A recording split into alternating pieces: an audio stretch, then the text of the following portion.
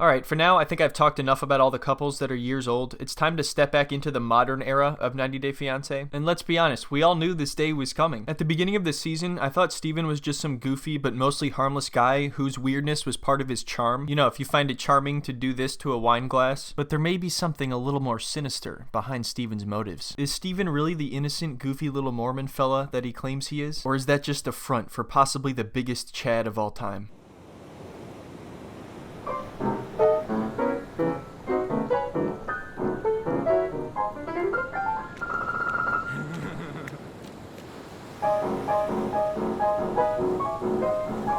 So that is the question we will be trying to answer in today's video. One thing I can at least give him credit for right off the bat is he actually learned another language. 95% of the Americans on this show learn like 2 words and call it a day, yet still have the audacity to say shit like this. I don't know, how does call this in English again? I forgot. Rug. Rug. Learn your English. Oh my goodness. But Steven spent months of his life living in Eastern Europe, so he learned how to speak Russian. I'm a member of the Church of Jesus Christ of Latter-day Saints. People call them Mormons, but Mormons is just a nickname because of the Book of Mormon. This guy talks like he just ate 9 or 10 ice cubes. You can tell he's the type of person that gets cold no matter where he is, even when nobody else is cold. Or actually, I might have it all wrong. He may be one of those people that refuses to ever admit that they're cold, you know, like wearing short sleeve shirts out in a blizzard. I don't know, but I promise you, it's one or the other. There's no in between. So Steven met his fiancée Alina, who is from Russia, online, and eventually they both decide to move to Turkey to start a life together. As usual, there's an airport scene, but nothing really notable happens in the airport scene, and we've seen enough airport scenes, so we're gonna skip the airport scene, alright? I was really interested in meeting this girl, but she found out that I was a Mormon, and in Russia, they kind of see us as a cult. Just in Russia, they see you as a cult? Hey, come on, And she didn't even want to meet up with me because she was afraid that I was going to sell her organs. Do Russians have, like, really good organs? Alright, after that, I might be worried about that as a legitimate possibility. Notice how he doesn't answer the question. Maybe he's hinting to the producer to just shut up because he's revealing the secret. I decided to invite her mom, inviting my mom, maybe like convince her like, hey, like, I'm not gonna harvest your organs, I'm not gonna kidnap you, your mom will be there. That's a lot of talk about organ harvesting for someone who doesn't harvest any organs, Steven. This guy looks like he could use a kidney, so if I were her, I'd be worried too.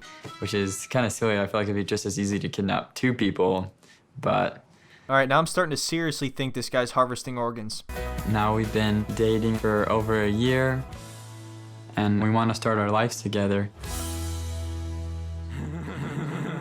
So one of the most important things to Steven is his religion and his faith, and if you know anything about me, I know nothing about that. My knowledge of Mormons is very limited, but I do know that some of them have multiple wives. However, I do not think Steven falls into that category. Alina is planning on converting to his religion, so it is very important to Steven that both of them follow the rules of Mormonism. And one of those rules is that Steven is supposed to remain a virgin until after he is married, and that is what he has told Alina.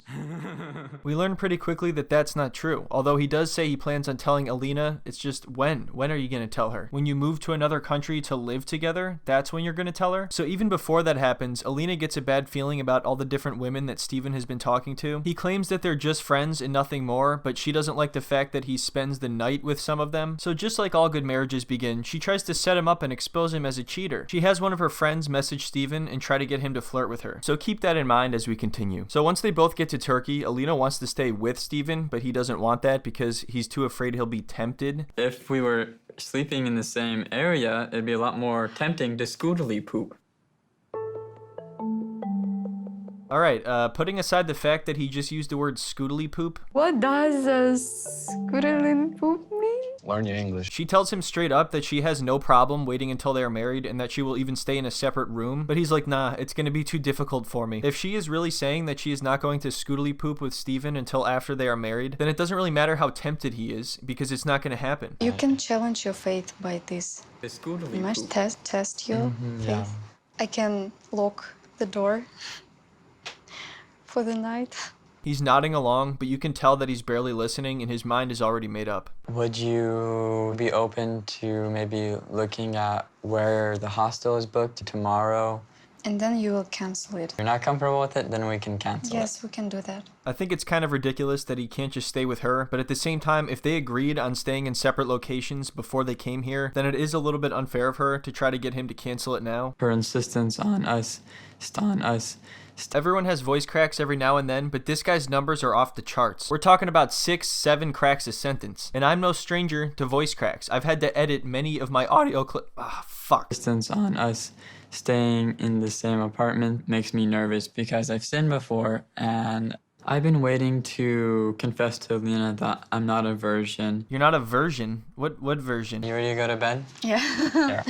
I was thinking before we go to bed, I brought my Russian scriptures. Oh, hell yeah, dude. I was waiting for you to break that shit out. Let's read chapter 6. The scootily poop. All right, I'll stop. I'm sorry. It's not fun anymore. I've done it too many times. Look, I'm not trying to make fun of anybody that reads scripture before bed. Seriously, I'm not at all. All I'm saying is, why do this when you can scootily poop? You know what? That's right. I'm gonna beat that shit to death. There's no more dislikes. So what are you gonna do now, huh? The first night with Steven wasn't like I was expected. А всякий, кто слушает все слова моих.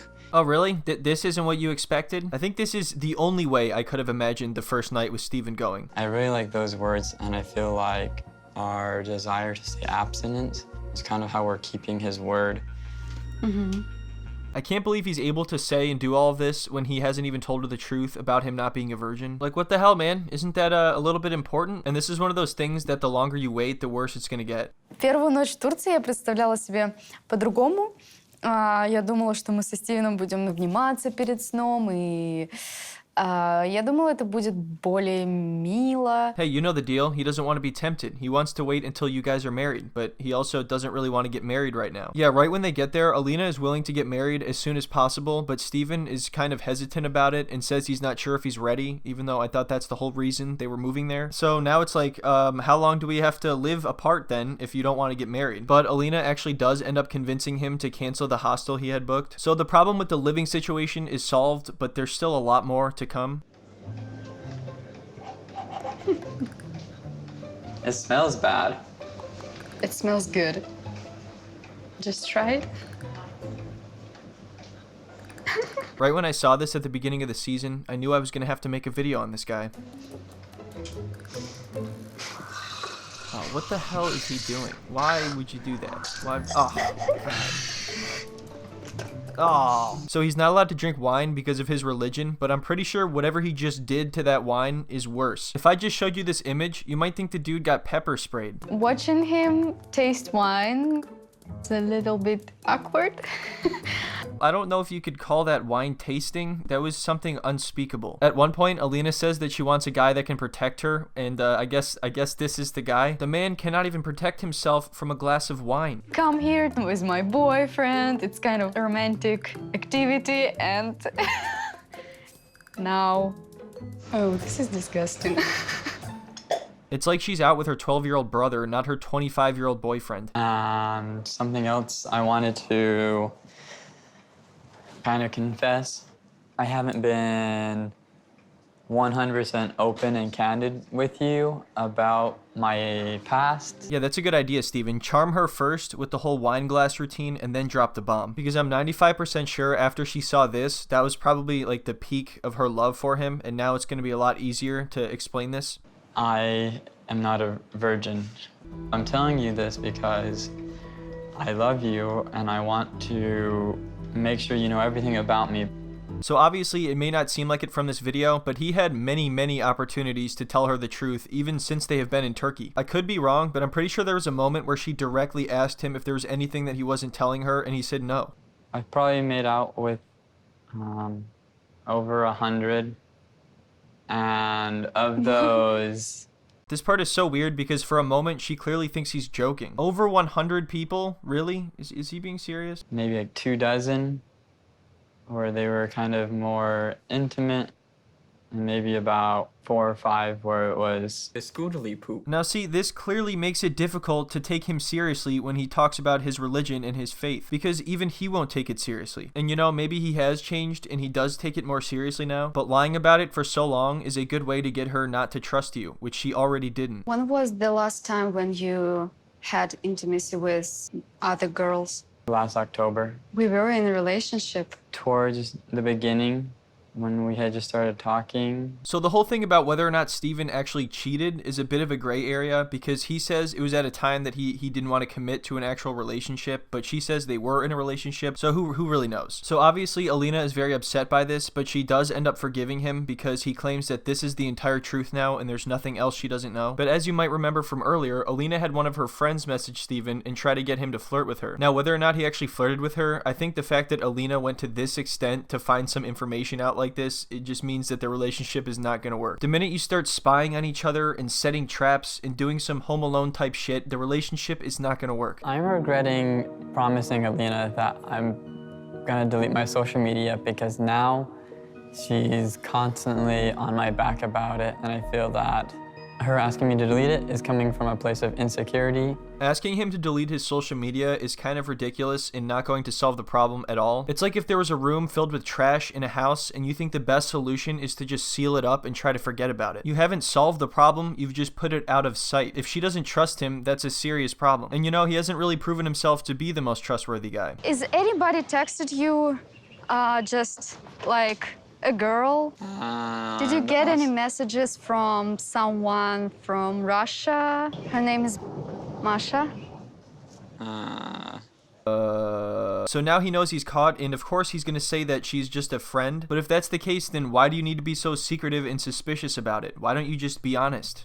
I put you on a test with my friend, and I asked her to flirt with you just to make sure that you not going to cheat on me. Ah, shit. Crazy thing is, too, he still continues to lie about it, even though he knows that she could just ask her friend and find out what he said. You tried setting me up?